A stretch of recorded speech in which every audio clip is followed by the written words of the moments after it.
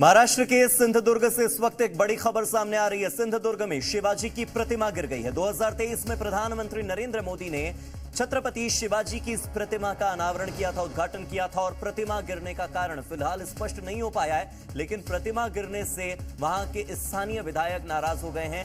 MLA Naik ने PWD के दफ्तर में तोड़फोड़ की। एमएलए ने प्रतिमा निर्माण में धांधली के आरोप लगाए। वैभव नाइक बोले कि प्रतिमा बनाने में धांधली हुई है।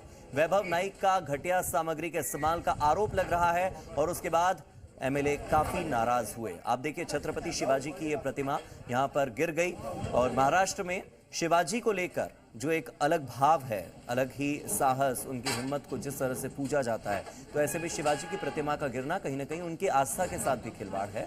और ऐसे में एमएलए ने प्रतिमा निर्माण में धांधली के आरोप लगाए हैं। वैभव नाइक कह रहे हैं कि प्रतिमा बनाने में घटिया सामग्री का इस्तेमाल हुआ है, घटिया सामग्री का उपयोग हुआ है और इसी वजह से ये प्रतिमा इस तरह से ढह गई।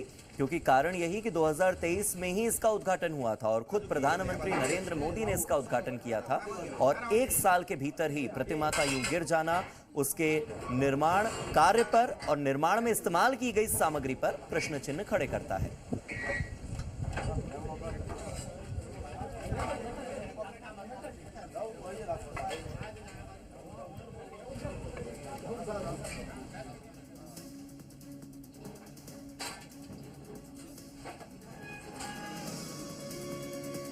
हरियाणा विधानसभा चुनावों को लेकर प्रदेश के सभी राजनीतिक दल जीत की तैयारियों में जुटे हुए हैं और इसी के चलते नेता जहां जीत के दावे कर रहे हैं तो वहीं अपने विरोधियों को भी जमकर आड़े हाथों ले रहे हैं। सूबे के नेताओं के बीच में छिड़ी इस जुबानी जंग में हरियाणा का सियासी माहौल काफी गर्मा चुका है। देखिए,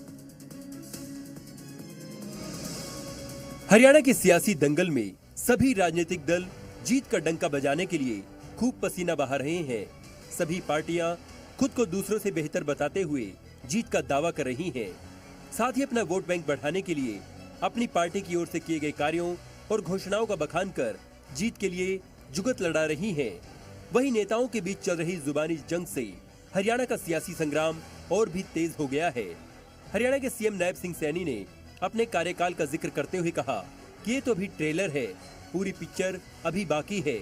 अब तक जो घोषणाएं की हैं वो पत्थर पर लकीर है। साथ ही उन्होंने पूर्व सीएम भूपेंद्र सिंह हुड्डा पर निशाना साधते हुए कहा कि हुड्डा को अपनी गलतियों का हिसाब देना चाहिए। मैं कांग्रेस के लोगों को,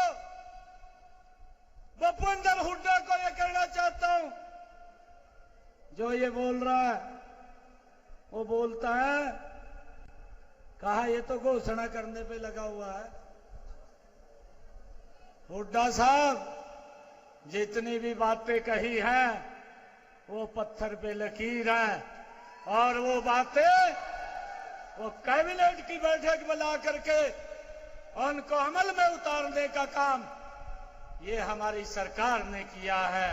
ये मेरा मात्र 25-30 दिन का कार्यकाल, ये तो ट्रेलर है, फिल्म तो आपको दिखानी बाकी है अगले 5 साल में।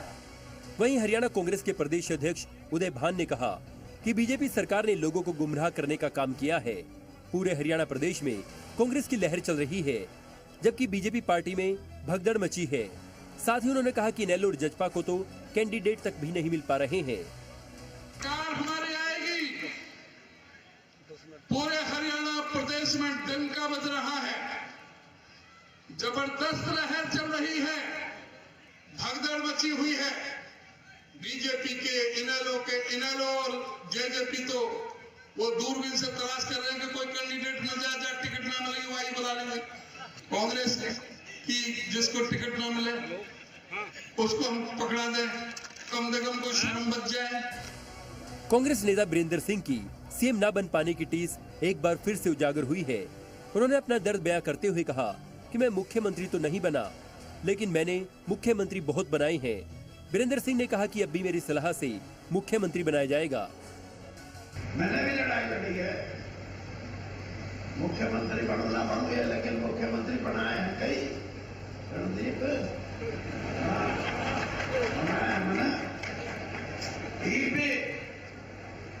मेरी सलाह दी जाएगी कि कौन ठीक रहेगा।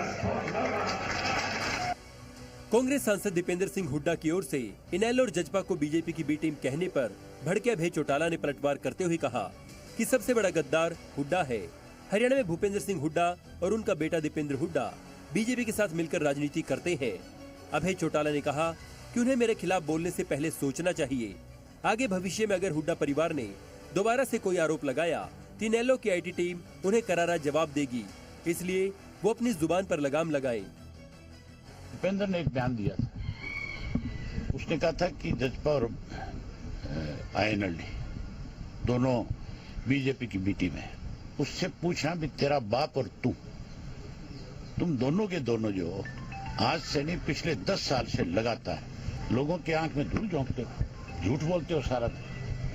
सबसे बड़े गद्दार इस प्रदेश के अगर कोई है तो ये दो लोग हैं जो लगातार भाजपा से मिलकर के भाजपा को मदद करते हैं। हमारे खिलाफ, मेरे खिलाफ पर्टिकुलर कुछ बोलने से पहले सोचना चाहिए।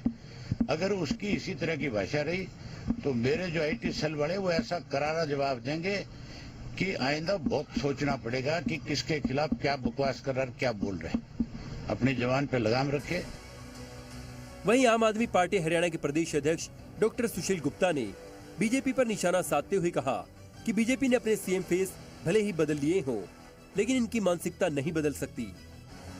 ये हरियाणा के अंदर कहीं छुपा हुआ नहीं है कि अपना चेहरा बदलते हैं, अपना मुख्यमंत्री बदलते हैं, अपना अध्यक्ष बदलते हैं, परंतु मानसिकता नहीं बदलती। एक तरफ घोषणा और वादों का अंबार है तो वहीं दूसरी ओर नेताओं के बयानों से सूबे का सियासी पारा भी बढ़ा हुआ है। ऐसे में हरियाणा में चुनावी समय को प्रदेश के बयान वीरों ने और भी दिलचस्प बना दिया है। ब्यूरो रिपोर्ट, जी मीडिया।